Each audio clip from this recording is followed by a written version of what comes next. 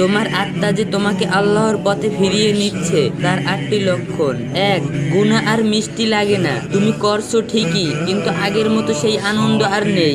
2. গাফিলদের আসলে অস্বস্তি লাগে, চারপাশে হাসি ঠাট্টা চলছে কিন্তু তোমার অন্তর শূন্য লাগে। 3. বিছানায় মোবাইল স্ক্রল করার সময় মনে হয় আমাকে বদলাতে হবে। 4. নামাজ ডাকতে শুরু করে, অদ্ভুত সময় অলস হলেও ভিতর থেকে টান অনুভব করো। 5. নিজে থেকেই ইসলামিক রিমেন্ড খুঁজে বের করা, কেউ বলছে না তবু হৃদয় তিতাস হয়ে খুঁজছে। 6. অকারণে চোখে পানি চলে আসে, কুরআন শুনলে কান্না চলে আসে যদিও পুরোটা বুঝো না। 7. আল্লাহ তাআলা তোমার জীবন থেকে কিছু মানুষ ও গাফিলতা সরিয়ে দেয়, তুমি ভাবো এটা কাকতালিয়া কিন্তু আসলে তা নয়। 8. বারবার একই রিমাইন্ড সামনে আসে, পোস্ট, ভিডিও, আয়াত, কথোপন সবই তোমাকে তার দিকে ফিরিয়ে নিচ্ছে।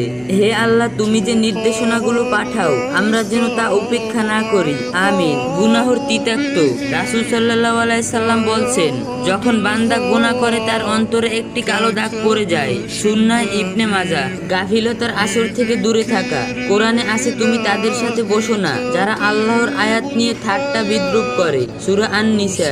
নামাজের টান। নিশ্চয়ই নামাজ মুমিনদের উপর নির্ধারিত সময়ে ফরজ করা হয়েছে। সূরা নিসা। কোরআন শুনে কান্না, আর যখন তাদের কাছে কোরআন তেলাওয়াত করা হয় তারা সিজদায় পড়ে কান্নায় ভেঙে পড়ে। সূরা মারিয়াম। এগুলো সব সরাসরি হাদিস, কোরআনের আলোকে আত্মার পরিবর্তনের বাস্তব লক্ষণ। আর যদি ভিডিওটা ভালো লাগে 3টা কপি লিংকের একটা শেয়ার করে দিবেন।